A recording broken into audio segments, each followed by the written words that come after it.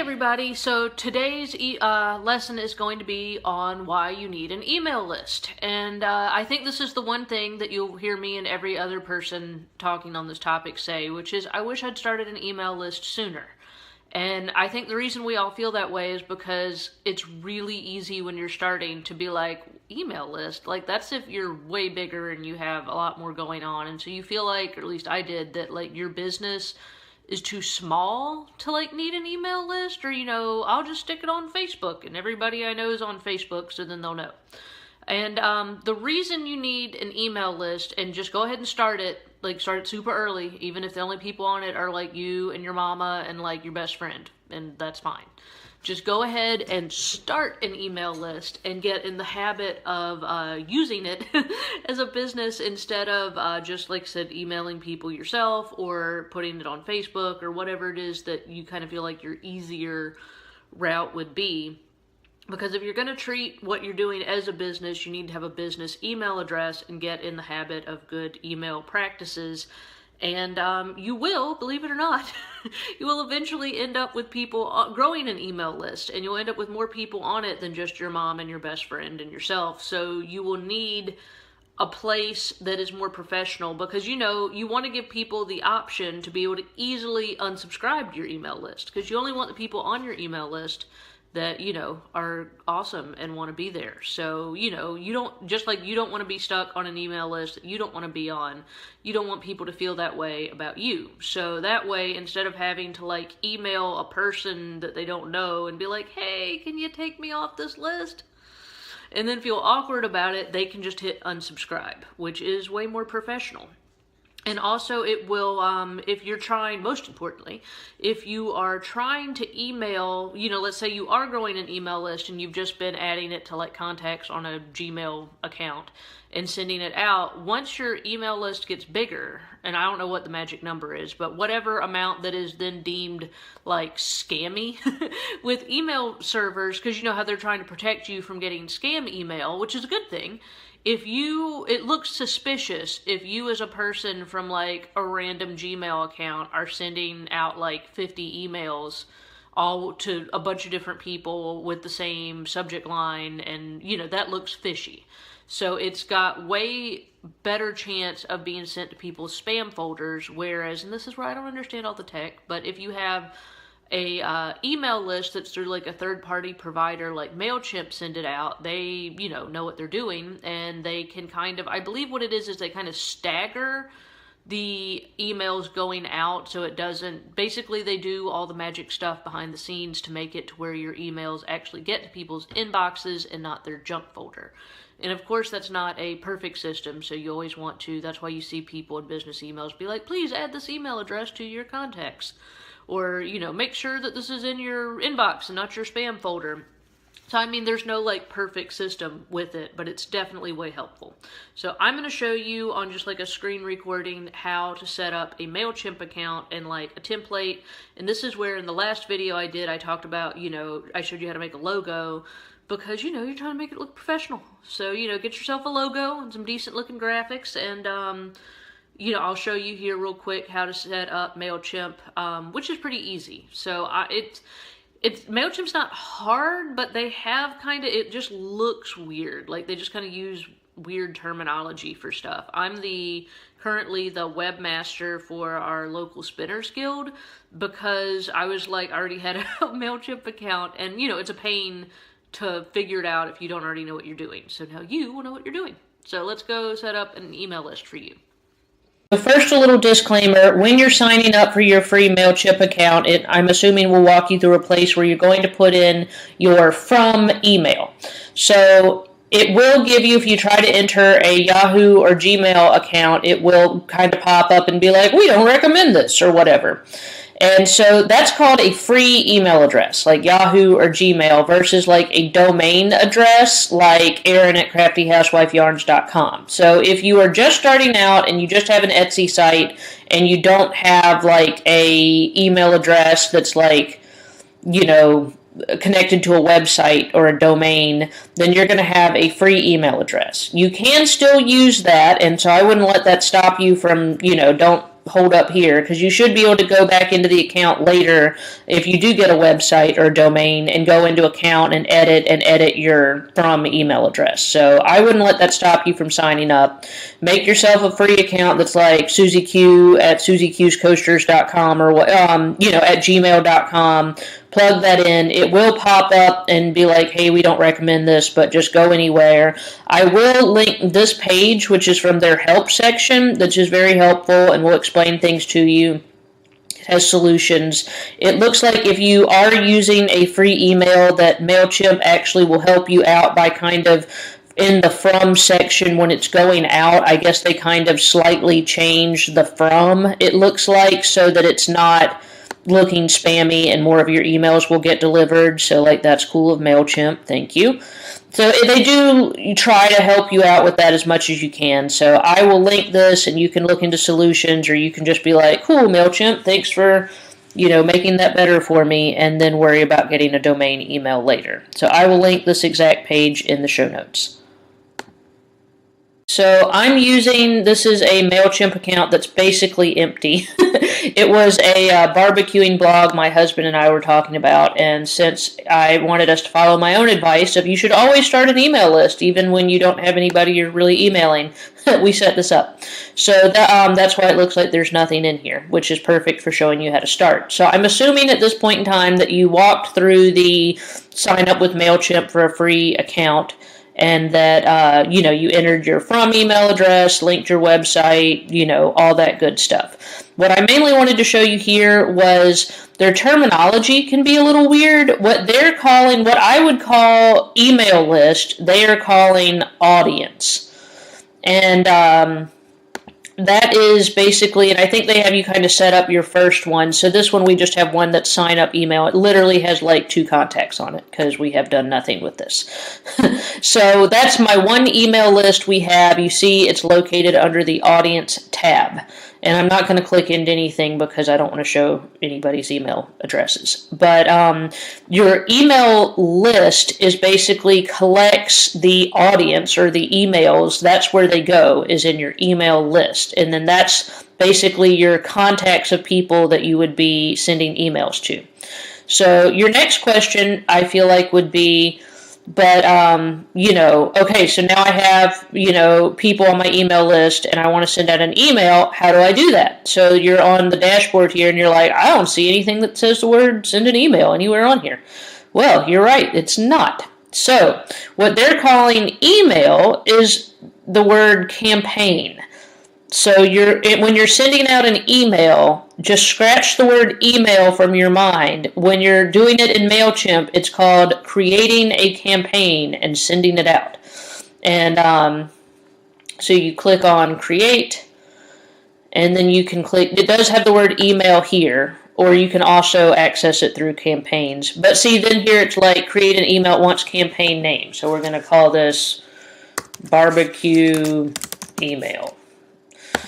And so that is so that when you're looking back yourself, you can find how to find, what did I write in that barbecue email? Then that's the title you're looking for your own personal reference. So for add recipient, who are you sending this to? You click this and it says choose a list. Like I said, this one only has, apparently we have 2 email lists. So I'm going to hit sign up email. And like I said, this is the first time I've been on this in forever, this particular account. So you just hit sign up email. This is where you can get more complicated in the future. For now, just ignore that. Just click whatever your one email list is, which will probably be called sign up email. So you select that and then hit save. And then we had a domain email, so that's here. But if you don't, then it might be like SusieQ at gmail.com. So then that's your from email. In the subject, you're going to put how to barbecue well, whatever it is you want your subject to be here, and then hit save. And, obviously write a better subject than that. And then content, where it says design email, this is where you're going to go in and actually design the email. So let's see, do we have any saved? I highly recommend using saved templates. So it looks like we don't have one. So that's fine. So I didn't want there to be one. I wanted to show you. So just choose one to get going. You know, I wouldn't get too fancy. So I would just go with the most basic. Click on Sell Products. And it's going to open up a template here for you. And you can see basically how this works, and it's a little weird, is this is where that logo in my last video I told you had to make. You click on logo. Anything you click on over here opens up over here how you edit it. So you click on the logo, and then you would go to, you hit replace. You know, obviously you don't want this little gray mountain thing. So you hit replace, and then that's where you would upload, just like you would on anything else, your logo image, and it kind of saves it in like, you know, image file. So then you hit replace and add your logo there. So then you'll have a logo.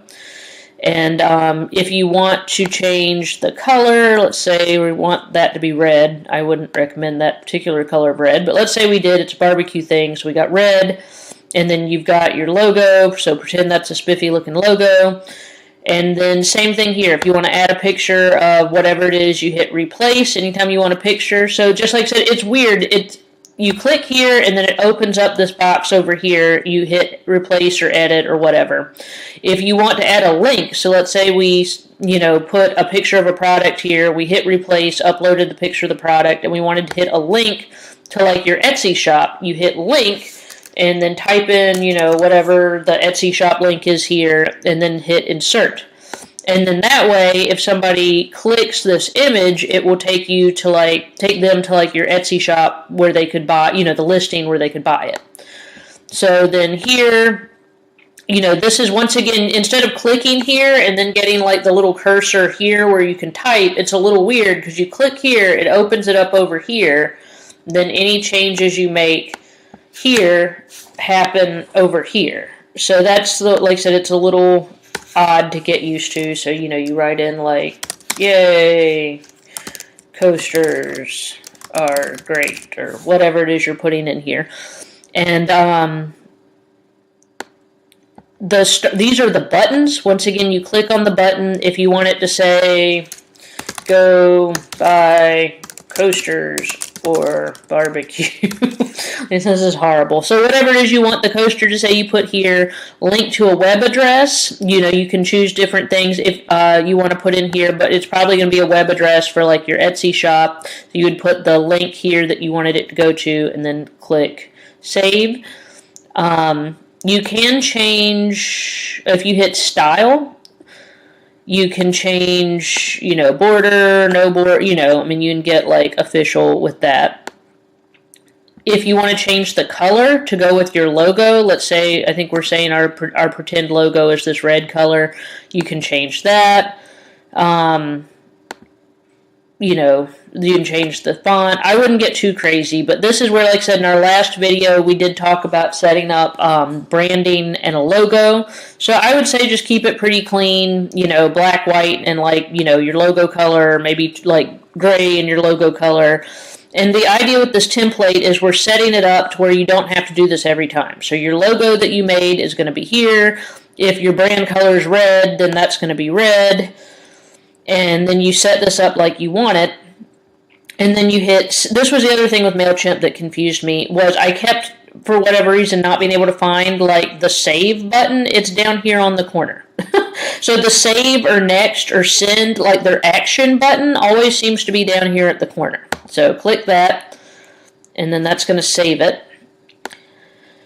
And then you would hit, like I said, once again, you have to, let's see. Oh, it's saying there's a problem. It will, that's one other good thing about MailChimp is placeholder.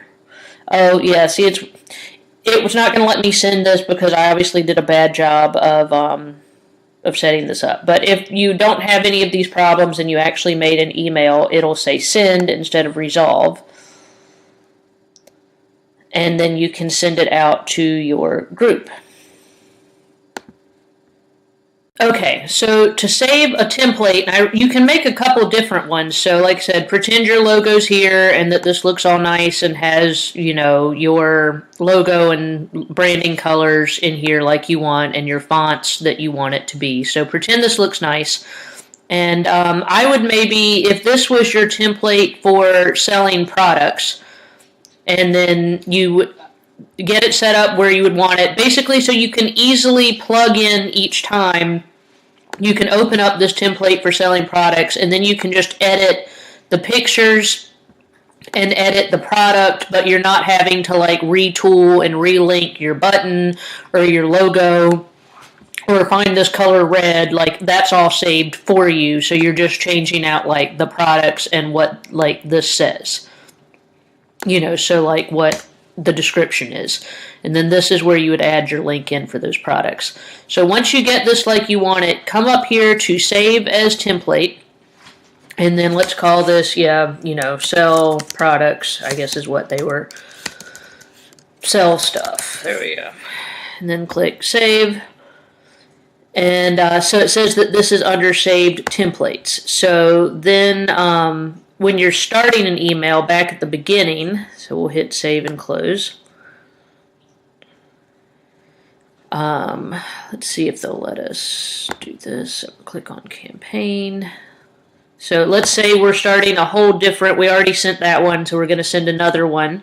Click on email, put barbecue #2. We're sending out more stuff. You would go through here and do all the same, select your list, everything we did last time. But then when you come down here to content, you can click design email, just like we did last time.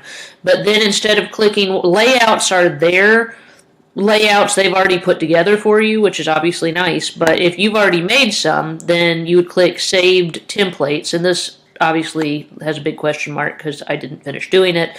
But any of your saved templates would be here. So then you would click on this, and it opens back up what that template was, so you can then easily just plug stuff in. So you could have this one for like selling products, and then if you wanted to have another one for, like a newsletter, or you're sending out free patterns or recipes or tips and tricks or whatever. If you're doing that like once a week, once a month, whatever, you could have another template set up that had maybe less pictures and more text, or whatever, that way. So then you would have more than one template set up that you can choose from. Okay, so now you're probably wondering the easiest way to get people on this email list or added to your audience, as we're calling it in MailChimp. The first way would be, if you are at a craft booth or fair, or, any sort of situation where you are actually collecting email addresses from people, and then you're going to manually add those contacts. But the other way is if you want to, even just on your personal Facebook profile, or, on your Etsy site, you need that little link that people click on to add themselves, which is by far what I would recommend. Because that way they're clicking, all the buttons being like, I really want to be on this. And, it's much more official that way, instead of you just like adding people's emails. Just add them if it's friends and family that have told you to. But if not, you need a way for people to do it. Click on audience. The current audience we're looking at is called sign up email. Like I said, they change this around from time to time. So you go to manage audience. This is where add subscribers, where you would manually add one. Import one is if you had like a list you were importing. What we're looking for is sign up forms. So you click on sign up forms. And there's a bunch of these are basically different options for sign up forms that this may or may not make sense to you if you know anything about website building, kind of on the back end. The simplest one I would do is just click on Form Builder. So you've set all this up, and you just need like a physical link for people to click on. And come on, Internet, why are we being so slow?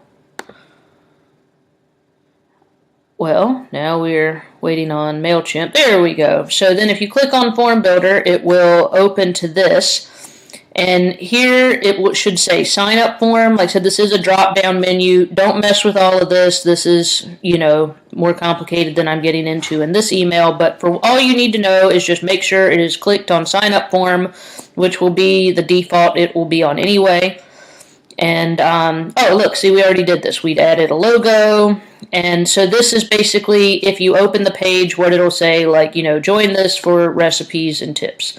So this is our sign up form, what it looks like. And you can go in and design this the same way we did on campaigns. So you'd click like edit, and then it opens up menus just like it did in campaign, where you can edit what fields, you want people to put in here.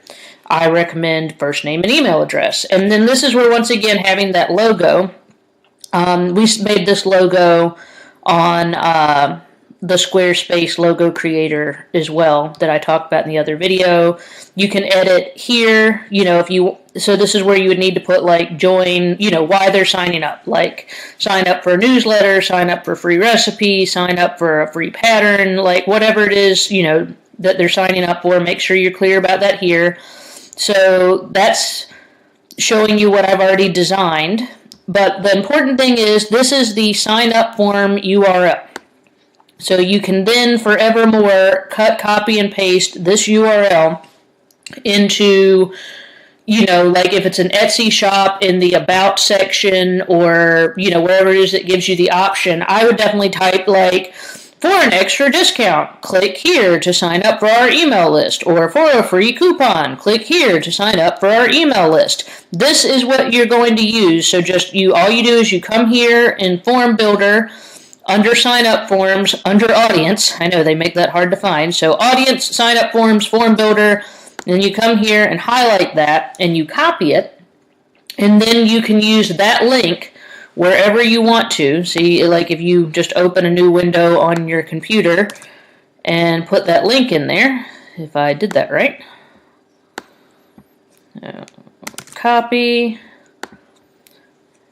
paste that URL, and then see it. This is what it will open up. So by copying and pasting that URL for people to be able to click on, it will then open up this nice professional looking window, and they'll be all impressed that you're a real business, and they can enter their first name and email address, subscribe to the list, and you'll have all of the basically backing of MailChimp, making sure that you did everything right and are complying to any sort of email list compliances. That's all magically done for you because you're going through an email provider instead of just trying to send it out yourself via Gmail or whatever. So see, this is the beauty of why you need an email list, so that you have this magical little page where people can enter their sign up for themselves, and you've got the backing and security of a third-party email.